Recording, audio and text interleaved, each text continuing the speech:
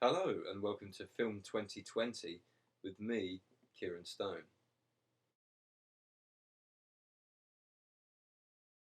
Well, as we're all on lockdown, we're all having to stay indoors and we are all watching loads and loads of films. Oh, yes. I thought now would be the time to do what everyone's been kind enough to telling me to do. Not everyone, but friends have been telling me to do for a while now, is to make my own movie review output, other than just writing Facebook statuses of great long reviews of films.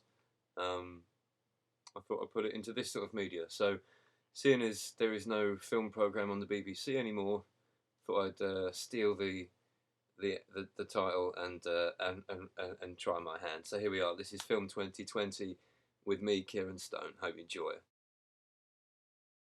Okay, so our first review for today is going to be the film Underwater. It's a new sci-fi horror film starring Kirsten Stewart and Vincent Cassel and T.J. Miller as well. Funny man, funny guy from Deadpool, a quippy guy in the bar. Vincent Cassel, of course, classic French actor from La Haine and Irreversible and many films. And of course, Kirsten Stewart. Um, it's about, let me just tell you what it's about very quickly. It's about a group of people who are in the Mariana Trench, which is 6.5, 7 miles down into the ocean. Quite a dark place to be down there, and they are drilling and digging for something or other, and disaster strikes, obviously, and they have to end up basically water crashes through this drilling station where they are. They're drilling for something or other, and they have to they realise that there's sort of just there's a lot of people that work down there. A lot of people get killed at the beginning, and the survivors, most of the three that I've just mentioned, they have to um, they have to basically walk across the floor of the bottom of the ocean. It's a cool concept to get to another safe area. It's pretty cool. It's like, if you had to walk a mile in the world, you'd be all right. It's just a mile, but a mile, 6.5 miles underneath the the water of the ocean is quite a concept to grasp. Anyway, so far so interesting. Um, it was sold as a bit of an alien-like premise. Alien maybe meets the abyss, that sort of thing. And I mean, from the offset, it's fully alien. It even has almost the same title sequence, and like it puts the names of the letters of the names, UNDERWATER, underwater, just like Alien, very far apart spacing, that sort of thing, on the font, on the white font. It's exactly the same layout as Alien. It's just a silly thing, but it was like, okay, if you always knew you were going to get compared to Alien when you made this film, why have you deliberately set out to steal the same title arrangement font? Anyway, fair play.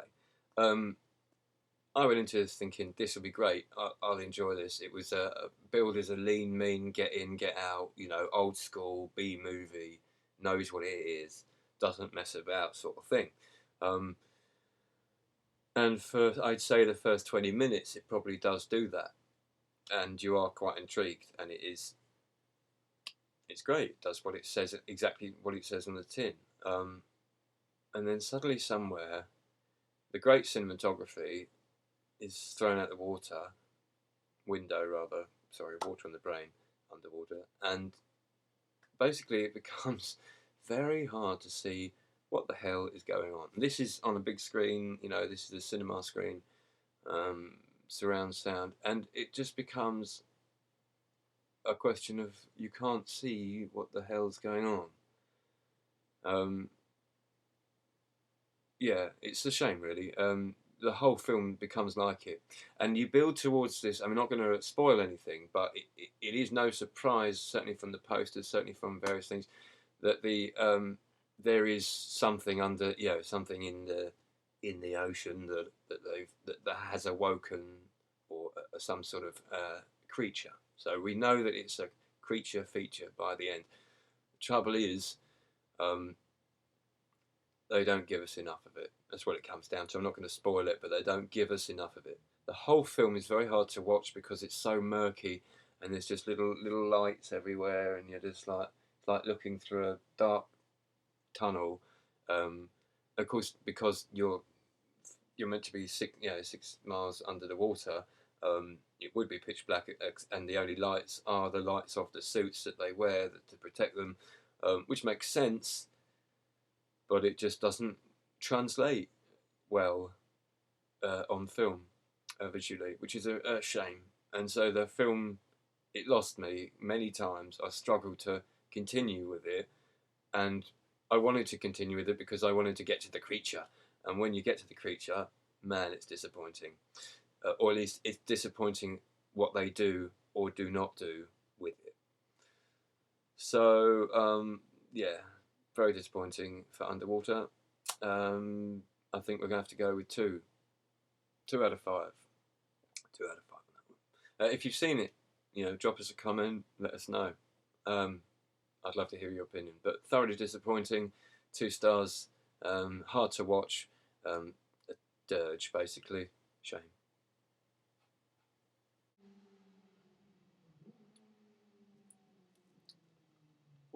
Don't mind me just eating a bit of toast.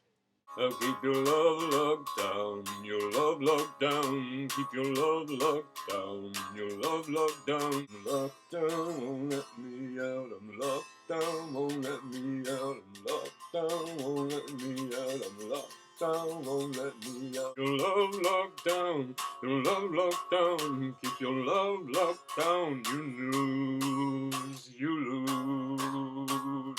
Okay, second film on our list today is Bad Boys for Life, which is the third in the Bad Boys installment.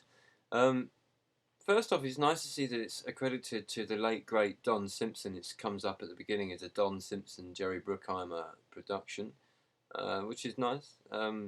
Already it was like, okay, we're respecting the original, where it comes from, etc. Second of all, it was not directed by Michael Bay this time. Interesting. Although someone gave him a bit part, it's quite nice to see. I spotted him. He plays a guy who's like in charge of running a club in one of the scenes. Yeah, sort of ushered him in. Went, there you are, Michael. You can still be involved. Pats him on the head. You can still be involved, Michael. Quick, no one give him the director's chair. Yes, he kind of he overblew and overexcessed they're not really words, sorry, you know what I mean. He kind of, well, that's the point, that's the Michael Bay ism of it, that he just went overboard with it all. And Bad Boys 2 was a pretty, by and large, pretty much a disappointment, certainly at the time. It's actually not so bad when you watch it again years later. I don't know. It's not so bad. But I did watch it again in lieu of the third one, and it was more enjoyable this time than I can ever remember it being. Probably because I expected it to be so bad from memory, and it was, but it had some redeeming qualities to it. Anyway, so Bad Boys 3, or Bad Boys for Life. Here's the good news. It's pretty good. It's certainly a lot better than number 2. Nothing will beat number 1, obviously. It was a classic in its day, and the sequel came too much too late instead of too little too late. It really was too much and too late. Whereas this time around, it's gone for the Lethal Weapon jugular of we're too old for this, phrase, and it's fair enough. That's the only way back into the franchise now that they're 20 years on, and more than that by now. The last film was in 2003. The first was in 95, 96. It's a long time for these guys, and they have gotten old. So they are playing the old guy. It starts at the beginning. There's a scene that is going to be some sort of shootout or something, and it turns out to be, in fact, the birth of one of their grandchildren, because that's how old they are now. Anyway, yes, of course, both are back, Martin Lawrence and Will Smith, and you can tell that their hearts are in it. They both want to do this. Martin Lawrence hasn't been acting much of late, which is a shame. Watching this film made me think I want to see more of Martin Lawrence again. Where has he been? Kind of done a Joe Pesci and just retired or disappeared. Um, Bad Boys for Life. Then it's very good.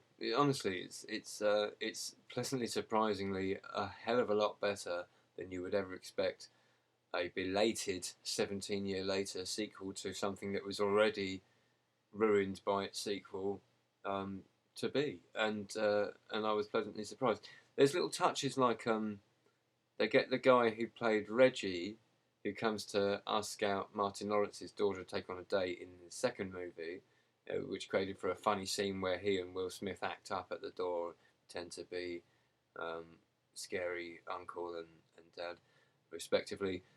They actually brought the same guy back for his role as Reggie again, which is great. You know, little things like that just tied it up.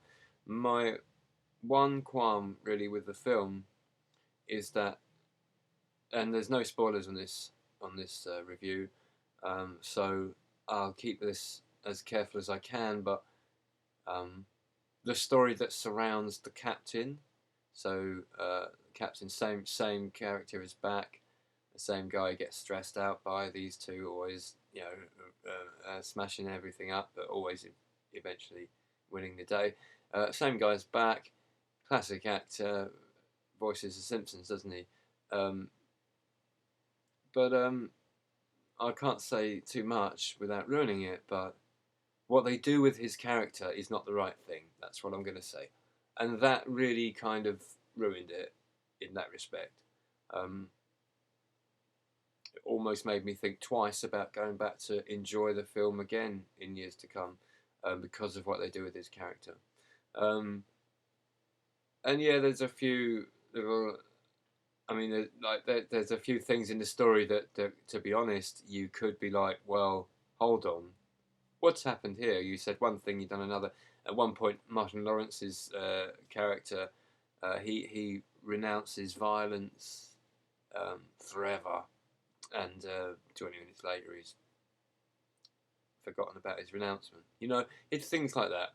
Continuity where continuity is due, as I've often said in films, and where films are concerned. So, niggles aside, and one large major problem with the captain's story, that's all I'm going to tell you, the thing that they do with the captain's story, ruining it aside, it's a good film. Bad Boys for Life, a very surprising 4 out of 5. 4 out of 5. Go ahead and drop a comment, leave a review. Let me know you've sat and listened to my opinion. I'd love to hear yours. Let me know. Drop a comment. Cheers. Okay, thank you everyone very much for watching. If you have, and you know, leave your comments. I want to see what you've been watching and what you want me to review. If you want me to review anything, let me know. And if you want to leave your comment, please do. Your reviews, please do. This is what we do in lockdown. I would have probably done this a lot better, but this is a bit off the cuff. Just woke up and decided I'm going to do this. So here we are. Hope you've enjoyed it. Cheers. To the next one. See you soon. Take care. Stay safe. Wash your hands.